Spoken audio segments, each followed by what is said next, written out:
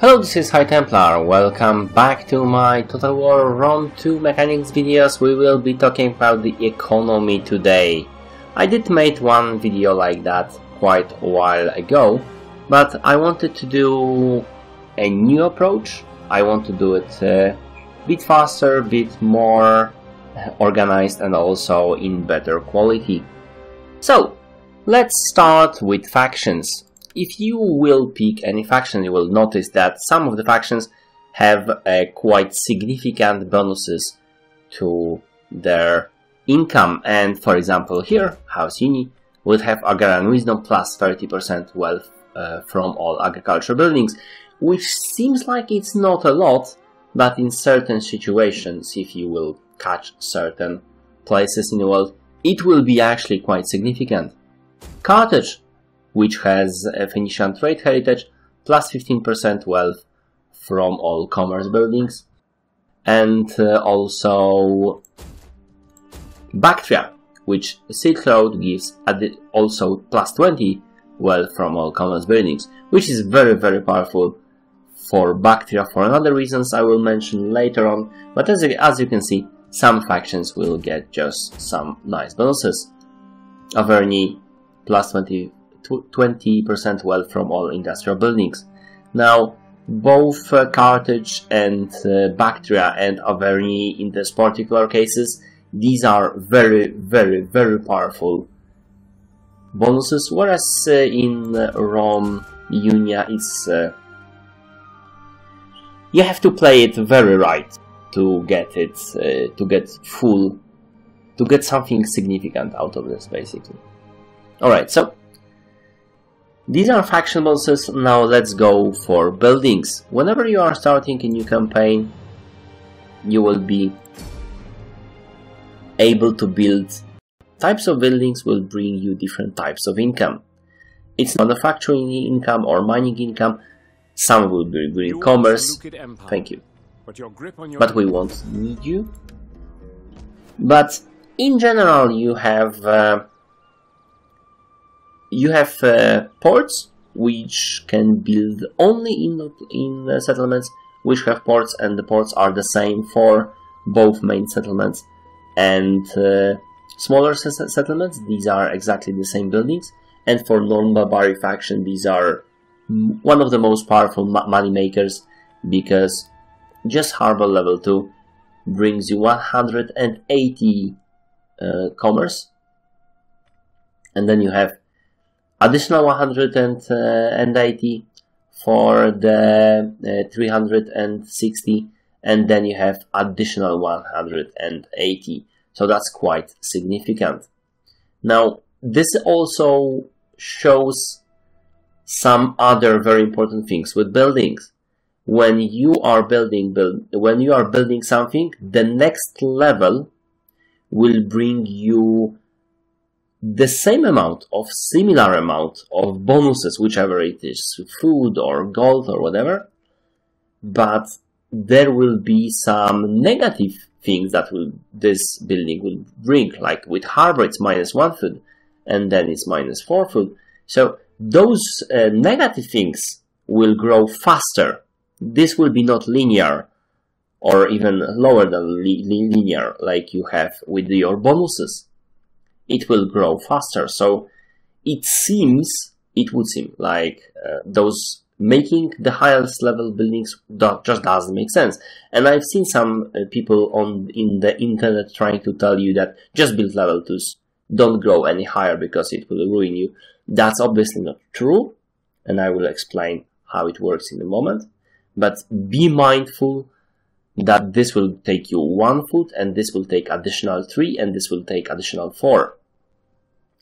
Here, this will take -2 public order, additional -2, and -4 to the total of -8.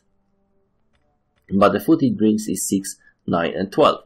So linear buffs to what you are getting, very small buffs to wealth, for example, but significant debuffs that you are getting the higher level building it is.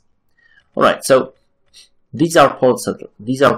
The other ones are agricultural settlements, which you can normally build only in your smaller settlements, and you can basically build other farms if you are really need more food, or cattle pens, which brings significantly more money, 250 compared to 100 on the last level, but it will also bring you significantly less food. And -8, again, -1, -3, and -6. So the debuffs to public order are growing very, very fast here. So this is very simple. Agricultural buildings are quite obvious, and you need food. You always need to be over negative, because being below 0 will automatically make your armies to lose men every turn instead of gaining men. Your armies will stop regenerating, and you will die very quickly. You will be attacked. Your weakened armies will die. So you should make sure you have enough food. However, I would build fishing ports only as a last resort, because those buildings are just better. It's better to build this building and trade port. It will bring a lot more money than anything else. Now, another type of building that you will have is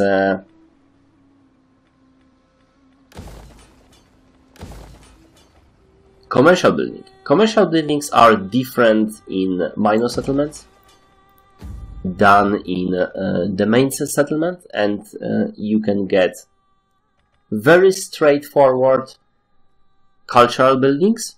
This gives plus 220 entertainment culture gold, which is quite a lot, even this level 160, which you can get very quickly, and plus 4 public order. It seems like a very, very good building, and it is, unless you are getting substantial bonuses to commerce, because here you are getting, it seems like only plus 40, but you can easily ramp up in some factions plus 100% bonus to commerce income in all provinces, and this is basically would be 200 compared to 160. And Emporion and Open Air Market, those are only taking food, which you can have a lot if you play it correctly. So as you can see, seems like there is a small difference, but in reality you should probably not go in Gymnasia unless you are really lacking that public order. Alright, so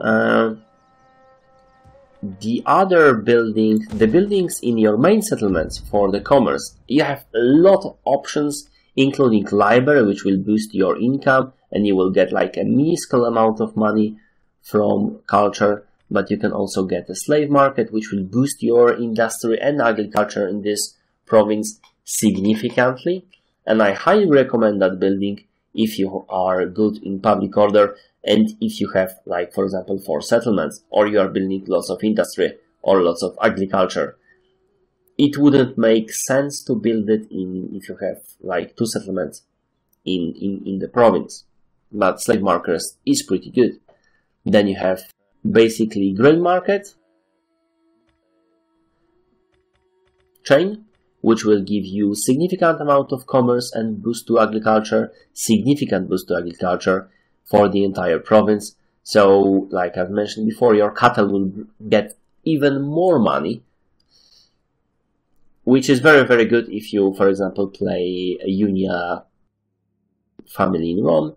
You have a wine shop, which can be very, very powerful, and I will show it later on, because it brings you not only commerce, but also wealth from culture, and also tariffs from trade. And that plus 12 tariffs from trade could be few hundred gold.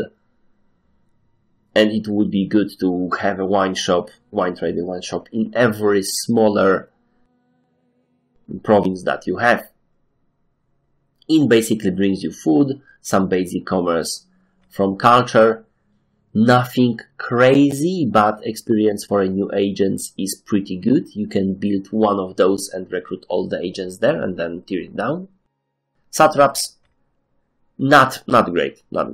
Some not just doesn't make sense to build it in most cases, and the other, which is the fastest way to ramp up your public order before you will tear it down and do something else. Those buildings are excellent to do that, and I will mention why you should have maximum public order in your money-making settlements very shortly.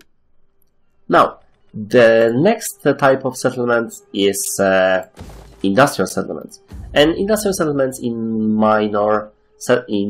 industrial building in minor settlements is just plain mines. Mines are decent at this level.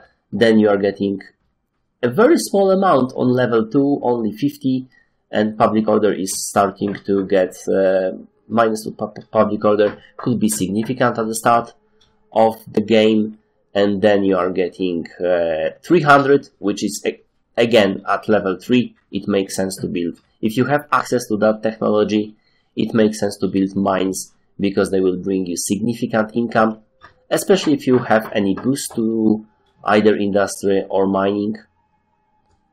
And finally, last level of mines. Again, significant income. One of the most important buildings in your game would be your industrial buildings in your main capital. And for the most factions, you will get those 3 choices. This is Coin Maker, which produce commerce and boost to industry. So if you are building lots of mines, you obviously, this will not do the trick because this is manufacturing only. This is only for buildings like you have here. Manufacturing industry, glass. You can have few of those. On the last level, it will be 300 from manufacturing industry. Also, jeweler, and you can have 1 jeweler and 1, for example, coin maker, brings significant income from manufacturing industry. And jeweler will also bring you mining industry bonus. Again, not very enormous, but decent. So there. And finally, one building that seems like the worst of all of them, because brings the least amount of money, but it brings you plus 20% for all commerce and plus 10% from agriculture. So if you have a commerce-oriented empire, if you already have some bonuses to commerce, this additional plus 20, plus 30% later is enormous. It's just enormous. And additional 20% from agriculture, plus 10 here, but later on plus 20, is also enormous if you can use it correctly, because you need to produce food one way or the other somewhere. So you can build those cattle pens, boost those cattle pens to additional 50 gold, plus additional agriculture bonus that you have.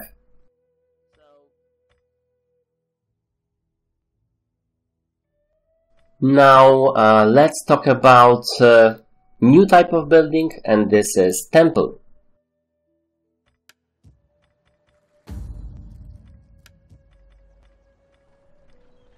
Temples are also buildings that you can build everywhere, and they are the same everywhere, like ports, more or less.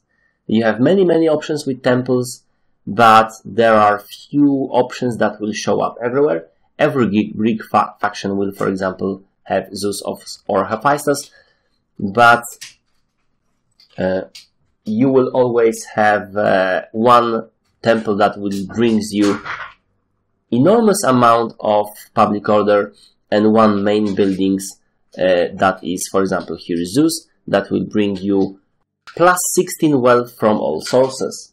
It does make sense to build such a temple in every large province. If you have 3, or if you have 4, or if you have 4 settlements in your province, it is very important that you build this, not for public order, not for cultural influence, which are also important at the start of the game, but later on become less and less so.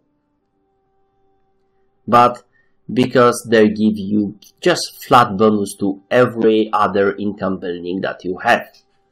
And this one, if you are low on public order, it will not only give you 16, which is quite a lot, it will only take food, but it will also boost your agriculture by additional 20%. And as you mentioned, as you might have seen, those bonuses to agriculture are quite common and you can stack up them quite a lot.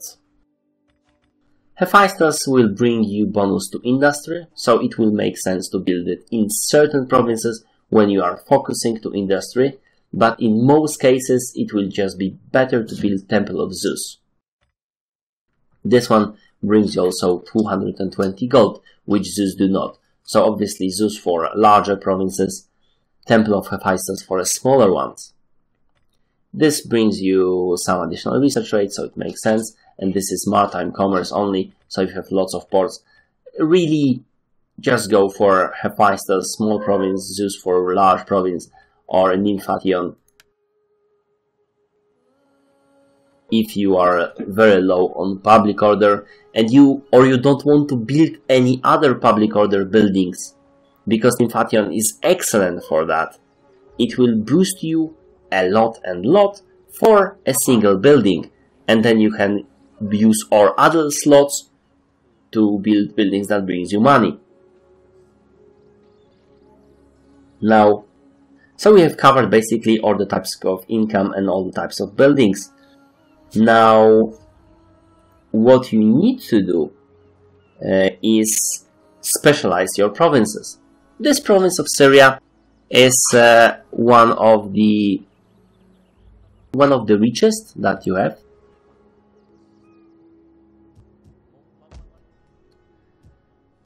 And it will, even if you start the game, you are bringing 3,200 gold. You can easily get that to 8,000-10,000 if you play that correctly.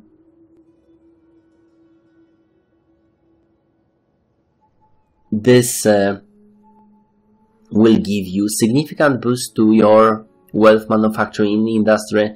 So building that Emaler and Amphora kiln would be best for all other bonuses that you will be getting, because you will be also getting the commerce boost to the 2 ports that you have, and commerce boost to this snail building, which will also give you quite significant income if you upgrade it to level 3 or level 4. Alright? So Syria, excellent province, and it's easy to get public order pretty high in there. And you do need to specialize, and I will show you why, but you also have something that is called Edicts. So basically, tax harvesting will just straight up boost your income, and you should use that most of the case, unless you, for example, want to build a lot of buildings and want to construct and want to recruit a lot of units. You just need to, in most cases, it makes sense to switch to noble philanthropy while you are recruiting and building up, and then switch to tax harvesting back. It will do a lot for you. And even in some provinces, bread and games are very useful to switch to bread and games, build up that public order, and go back to tax harvesting and cycle those like that. I mean Greece. What I mean is Greece by some provinces. And I will explain that right now, because every province has some special effects. This province, for example, has special effects that gives you +6 public order, but if you go here, I cannot display those, but if you go to the Hellas, you will notice that breaded games is actually give you a lot more public order. So it doesn't make sense to build public order buildings there. Just do breaded games for 1 turn and then switch to tax harvesting You don't have to max it out all the time. The other very important provinces I will show you in my old game. Now I apologize for the food. This is from patch 17, saved from patch 17. There was a change or how certain food buildings works in the game. It was good change, but it suddenly made me go from plus 100 to minus 50. But we are not interested in that. I would not normally allow to do that. What is interesting is that I'm doing 20,000 gold and I'm sporting a lot of full stacks. And I mean a lot of full stacks. I have several large fleets, and fleets are rather expensive.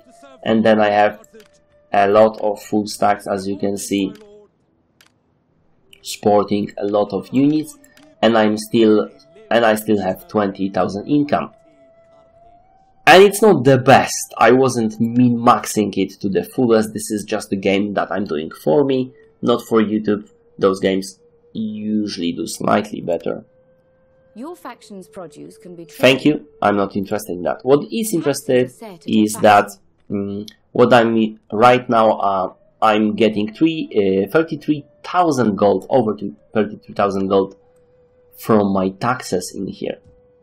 And for example, if you have Africa, I don't have Africa. That was a mistake, but I just don't kill my allies. That's just not what I do. Africa has a special bonus of plus 25 wealth from all commerce. This is for all factions, but obviously for Carthage, it's very, very powerful. And for Bactria, it's very, very powerful, because it gives even more money to your commerce. This is not most optimized city. I was thinking that I can take that for a very long time, that I will take the entire Africa. Italy, for example, is one of the best provinces because it gives plus 15% wealth from all provinces, from all sources. So this is quite big. Additional gold from this province gives me at this very moment 6,500 gold, and it's not even fully upgraded. As you can see, we have a lot of things that we can do, like upgrading that alpha kiln, which will bring us boost to commerce from 10% to 20% and additional 5% to agriculture. And we are already doing commerce here, we are doing commerce here, we are doing commerce here and here, and we are also building commerce buildings here and here. So significant amount of gold will this will bring significant amount of gold, and I can upgrade those buildings as soon as I will get proper technologies even more. Right now I already have quite significant boost to this commerce, especially that this building, wine, is giving me plus 15% wealth from commerce. So this is plus 15 from here, plus 15 from Carthage, and plus 20% from this when it will be finished. So as you can see, specializing provinces in commerce, for example, it makes sense. It especially makes sense if you have empire like Carthage or Bactria. If for that province in Syria, when there was a boost to industry, it would make sense to build more industry, especially for Seleucids. In here, it makes sense to build more commerce. It will bring a lot more money. Second is, for example, Carthagensis, with also significant amount. This is being brought mostly by ports. As you can see, I not only doing this, but I'm also doing this. It will bring me some money. This is not the best option. I need to change those. But as you can see, also have Temple of Bahamon in both of those provinces to bring even more food. Public order is also very important because it will bring you plus 8 public tax growth. This is for taxes. So I am already running at plus 88 tax level, if you can see that. So plus 8 is not that much, but it's still a significant amount. If I go, for example, for Illyria, which is a lot worse, you can see that I'm actually sporting minus 8. So you do want to have this inspired populace, you do want to have maximum, and you want to balance that at this maximum. But you don't want to go like too big. Right now I have plus 30 plus 20 here because of the change in the patch 18, and cartridge basically got plus 20% to public order. So you can see I balance this this province of Italy pretty well. Tax levels are another thing. You should generally keep it at high, unless you have problems with public order or you are at very start of the game. Start of the game normal is giving you -5 to public order. High level is giving you -12, so at -7 additionally. You need to be able to ignore that, but so much more money, as you can see, additional 6,000. The bigger empire, the bigger the bonus, obviously. Alright, so now very quickly to agents. I am using agent here. What it's doing is administrating this province. This agent is tailored for administrating the province, giving administration plus additional plus 15. So what's happening here? This civil administration, is giving me plus 36% more taxes to this province. That's why I have plus 101% taxes on Italy, right? Mind you that also your capital will be bringing insane amount of money whatever you will do. No buildings, it will be, and this money will be influenced by agents and taxes, and also, you know, tax harvesting. Tax harvesting is better here because of Balhamon Temple, right? So these are agents. Agents also can bring down your army costs. Right now in this empire, obviously, it makes sense to use those guys to harvest taxes. But at the beginning of the game, or if you have a super debt stack, you can assign this guy to administrating an army, and he will bring the upkeep for this army significantly, which is which can be more and more powerful and bring you even more money. Other things that your agents can do. Some of the agents will have traits that will allow them to lower the amount of upkeep you are playing, and I'm sure I have an agent like that somewhere here. For example, this guy, which sorry, that's my general. This guy. Sorry, that's not the appropriate guy. This guy. Minus 12% to upkeep to all land units. You will get -8 at the maximum level, -9 or -12, and you can get those skills in spice and in those military advisors, military agents, and it's very useful to get them. You can just get one that has the skill. If you don't have this one, just get anyone. This means him get next one. You will get the next one new turn. You can get that until you will get a proper guy. It's really worth in the long run, unless you are just starting the empire, basically. Alright. So this is what I wanted. Down special resources, I already mentioned some about them. You have olives here. Olives will bring you plus 15% agriculture wealth to all regions. I have another olive building here. Sorry, here. In Arsa, when you have additional 15%, that's a total of plus 15% wealth from all agricultural buildings I have, which if you have both of those resources, obviously that bonus that Roman House of Uni is getting is starting to sound like something very powerful, and it is.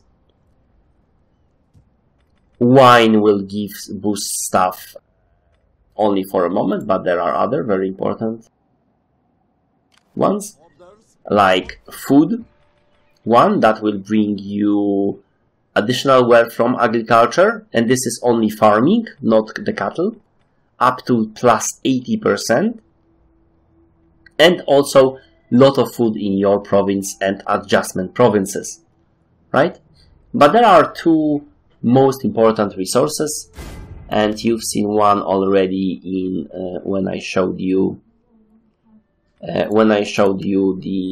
Seleucids, but I didn't actually show you very quickly. But there is better way to show them, and this is start a game with Bactria and from commerce, which is quite insane, because then maybe except for iron, because you do need to have 2 armors and upgrade those armors and weapons of your armies. But here we have silk. Silk will give you plus 5% for all commerce in every province, plus 10, plus 15, and plus 20%. That's on the top of what Bactria already have. You can easily get plus 15, and then you are plus 35, which is enormous. And you can get with Bactria another one, which is in Edessa, here. And this one will give you another plus 15 and then plus 20% boost to all your commerce, so you can just go all commerce and be insanely rich, just running 7 full stack fleets everywhere on every sea and destroy everybody, because you could easily afford it. And the more money you have, the more money you invest in your buildings, the more money you have, right?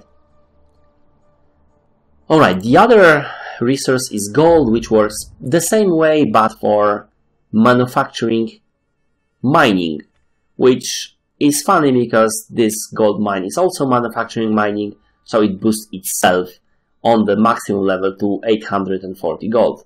Yeah.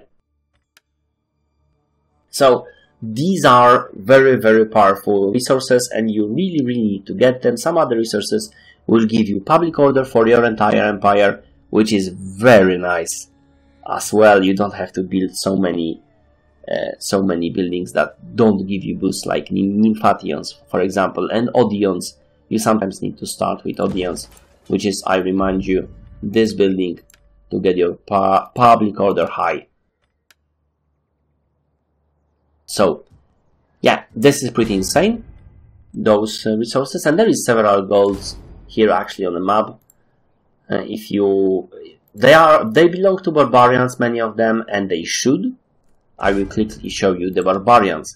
Now, barbarians play different. Rome, Carthage, Greek factions, Eastern factions play very similarly when it comes to the buildings. Just see how they work. The buffs are sometimes slightly different from Eastern empires, but Carthage, Rome, and Greeks pretty much play that exactly the same way. So it doesn't make... I don't feel it makes sense for me to show you this more, but only because the strategy is different. You push more for the military, you go to the economy once you have the empire, and have insanely buffed also. But also because they have different buildings, and I will explain what I mean. So, firstly, they don't have industrial buildings per se. It says that these are military, but these are really mix of militaries and industrial. Secondly, Averni and Voi both start with gold mines, which might be or might not be significant. They have commerce buildings, but only here. They cannot build, as if I remember correctly, commerce buildings in there. They are similar in somewhat to the commerce buildings that you've seen before, but not quite as powerful as you can quickly see. There is also no super powerful industrial buildings here. They have mine, as before. They have agricultural buildings, as before. Although they do have stables, which brings not only small amount of food, small amount of wealth, but really it's all about recruiting that cavalry. Those buildings are exactly the same as the Greeks have. Now, those buildings are different. These are buffing buildings. These are for making your land units absolutely insanely powerful, like plus 20 melee infantry defense and plus 20 melee infantry attack. And it's really easy to get those buildings. Like 15% is like, you will always get them. Plus 50% to melee attack and defense is insane. But that's not, we want to talk about gold. And gold is pretty decent here, as you can see. It's all from either manufacturing or culture, right? And this also boosts your mining. This gives you a lot of manufacturing industry and boosts your mining. Now, this is funny because those buildings will also give you plus manufacturing industry, buffing some entertainment. This gives commerce. This one gives manufacturing industry. And the final ones here, sorry, that's not what I wanted. And the final ones here gives you manufacturing industry, some buff to commerce, local commerce to the agriculture and manufacturing industry. So you can quickly see which ones to build. The ones that buffs your mining and the ones that buffs your industry. And then gold will bring your mining even more, and just build a temple that will boost your public order, because all of those things will either eat your food or take your public order, and mines will take a lot of public order. Mind you, it doesn't make sense to in that small provinces like that, whether you are playing Greek or Barbarian, just get the ones that brings you the most food, and the coin hoard is obviously here, unless you have insane bonuses to the manufacturing industry. Alright, so go for mines, quite obviously, go for manufacturing industry, build up that, don't go for commerce. Also, if you are playing barbarians, you won't be able to build trading ports, which is a huge money bringer. All your gold bringing buildings are slightly lacking in compared to those imperial factions. So, but this gold can make you are starting with it, so it can make your empire quite efficient at the start, and then you will be able to just stomp with the sheer strength of your old zone every enemy that there will be. Alright, so I guess that's it.